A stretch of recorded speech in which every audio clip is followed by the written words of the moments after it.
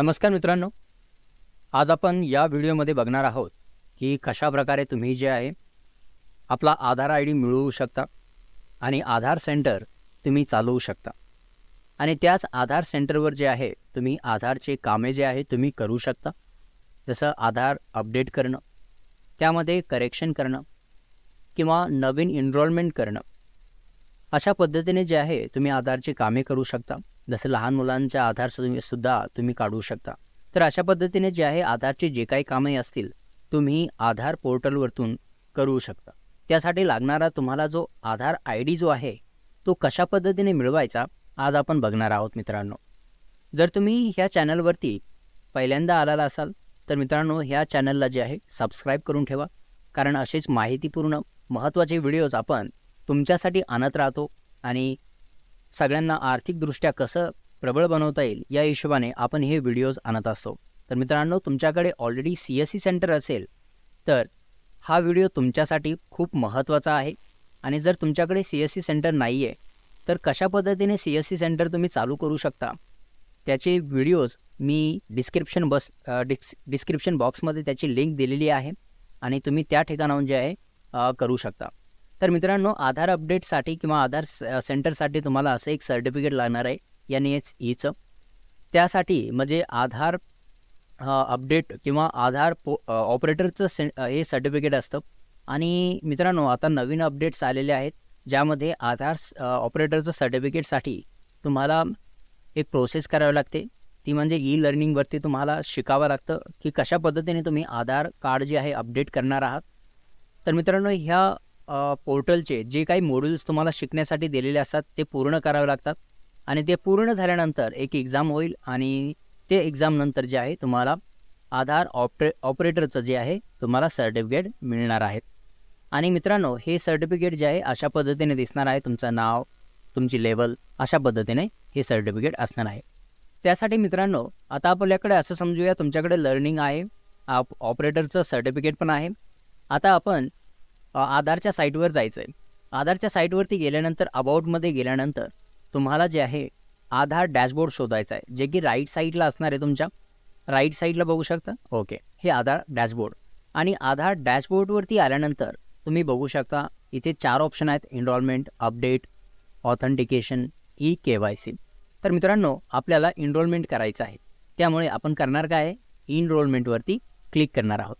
त्यानंतर आपल्याला तिथे गेल्यानंतर असा एक इंटरफेस येईल ज्यामध्ये तुम्हाला भारताचा नकाशा दिसेल आणि याच नकाशावरती एनरोलमेंट कुठे कुठे आधारचं काम चालू आहे ते तुम्हाला दाखवत आहे. तर मित्रांनो, लगभग पूर्ण भारतामध्ये आधारचं काम सुरू आहे मित्रांनो. आणि त्यानंतर मित्रांनो, जर तुम्हाला आधार सेंटर चालू करायचं आहे तर आधार आय डी जे आहे 2 पद्धतीनं मिळवू शकता. एक बाय एनरोलमेंट एजन्सीज आणि दुसरं जे आहे बाय रजिस्ट्रार. आपल्याला जे मिळवायचं आहे ते म्हणजे बाय रजिस्ट्रार. त्याच्यावरती तुम्हाला क्लिक करायचं आहे.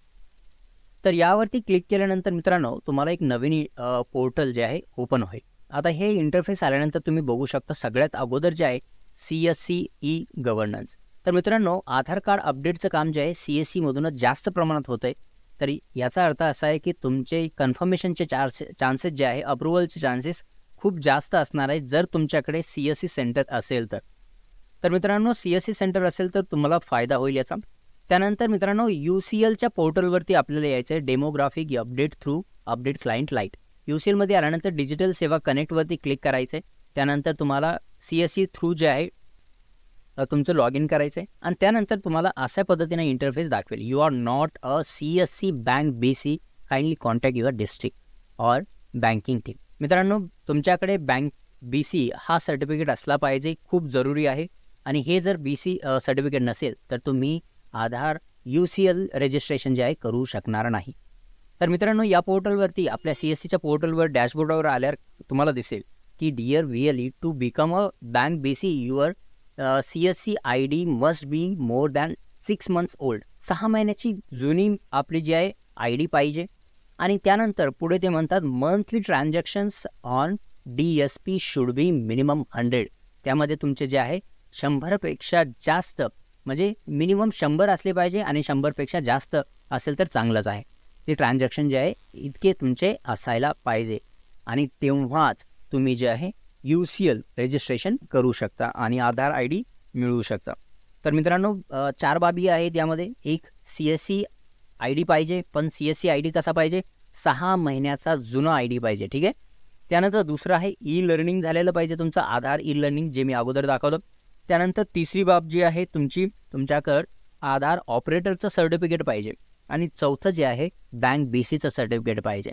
तर मित्रांनो अशा पद्धतीने हे जर सर्टिफिकेट्स तुमच्याकडे असतील तर तुम्ही आरामात जे आहे UCLला रजिस्टर करून जे आहे तुमचं सेंटर तुम्ही चालू करू शकता आणि आरामात तुमचा बिझनेस जो आहे अपडेटचा तुमचा CSCचा बिझनेस जो आहे किंवा आधारकडून जो होणारा बिझनेस आहे तुम्ही आरामात वाढवू शकता आणि चांगल्या नफ्याने तुम्ही वाढवू शकता, चांगली कमाई करू शकता.